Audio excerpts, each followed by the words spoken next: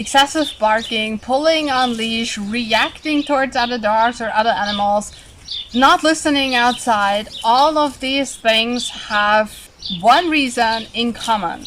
And today we're going to look at why this reason happens and what you can do against it. We are talking about stress. And I think the most easy way to understand what stress actually is this. Whenever your body needs more energy for any kind of activity, it prepares using stress. So whenever you need more energy, like if you're lifting weights in the gym, or if you are hiking and you have a difficult patch in front of you, or if you see a friend and you get very excited because you have not seen that friend in a very long time. All of these things ask your body to activate more energy. And that's what we need stress for. Now, if your dog constantly has these situations where the stress level is higher, so constantly needs more energy, and it builds and builds and builds, and that makes the stress level high, but doesn't have any way of calming down again and reducing the stress level, we start seeing behavior issues. And that can be things like constantly barking or pulling on the leash or reacting towards other dogs or all of these things. Also, small stuff like jumping up, humping, biting in the hands, zoomies, all of that. So to find out how you can help your dog, you need to find out what stresses your dog.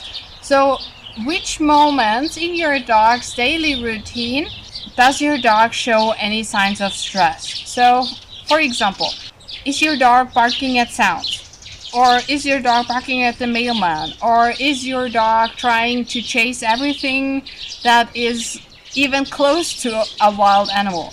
Is your dog afraid of people while you're out?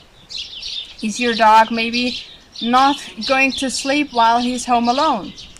All of these things, those are the classics, alright?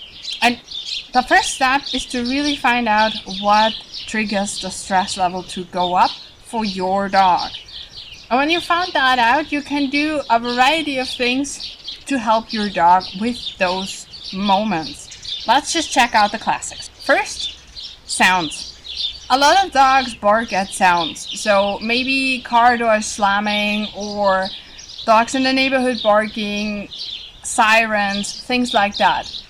And what you can do is, whenever you see your dog notice a sound, you can mark and reward. So you're counter conditioning. You're actually telling your dog this sound now means something good is happening. And yes, in the beginning it might take a lot of attention on your part because it might be a lot of sounds your dog's reacting to. But a lot of times if you're thorough with training, it reduces very fast. So it becomes easier and easier.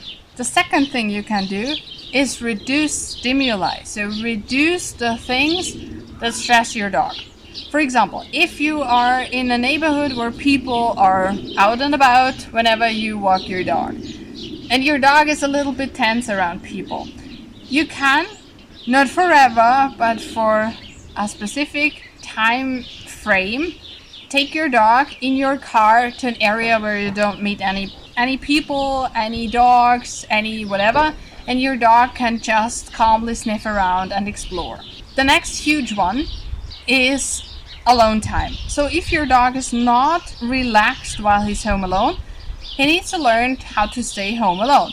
And yes, that's a very important skill for every dog, but sometimes we overlook it. So really put that first. If you have your dog is reactive towards other dogs and you have a home alone problem, put the home alone thing first. And then see what's left of the reactivity. Sometimes it disappears. And then we have small things like daily handling activities. And most of our dogs need to be handled daily. And it can be little things like wiping off the paws or looking at the paws if there is something in there. Looking for ticks and removing them. Putting on a harness and putting on a leash. Lifting them in the car. Things like that. And very often we humans just do those things and our dogs have to just endure them, even though this is really uncomfortable for them, because very often it is just very impolite on our part and very intrusive on our part. We can, however, teach them using medical training a cooperation signal so that they can actually tell us when it's okay for us to do all those things and when they need a break. That gives them control and it takes the stress out of the situation. And again, those are little things, but they happen every single day, right? So if you are forced to do something every single day by another person, it stresses you. It's the same thing for our dogs. But there are, of course, positive things that can stress our dogs as well.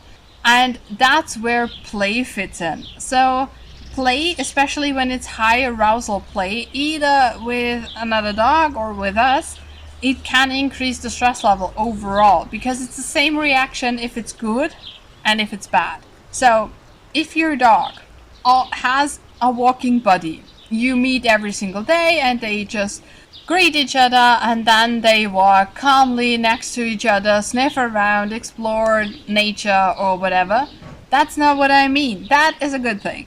You can keep that.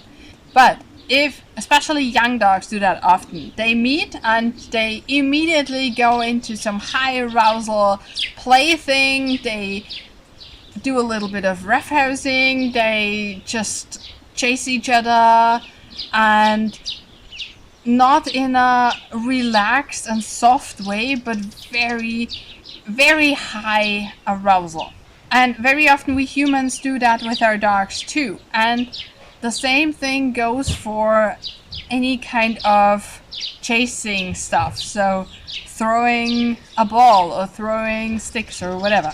Never throw sticks, it's really dangerous. But everything we throw and the dog has to chase after it also increases the stress level, because it takes high energy of our dogs to actually do that, right?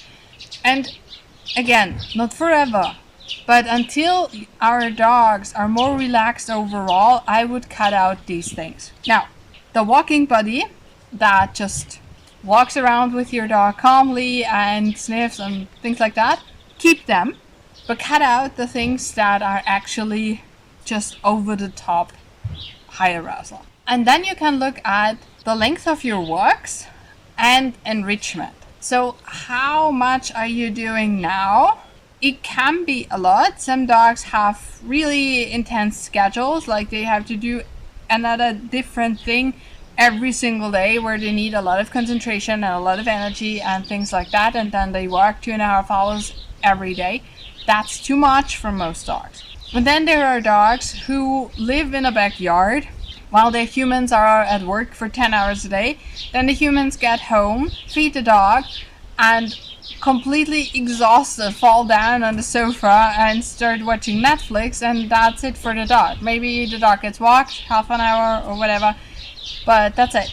Now, as understandably as that is, from the human perspective, right, we are exhausted after 10 hours of work, but that's not enough for our dogs. So look at what you're doing now and if that fits your dog. So is your dog happy and relaxed after those, or does your dog have trouble calming down after walks and stuff like that? And if you see your dog needing a little bit more enrichment and a little bit more to do, find out what you can do that calms your dog and is awesome natural enrichment in this video.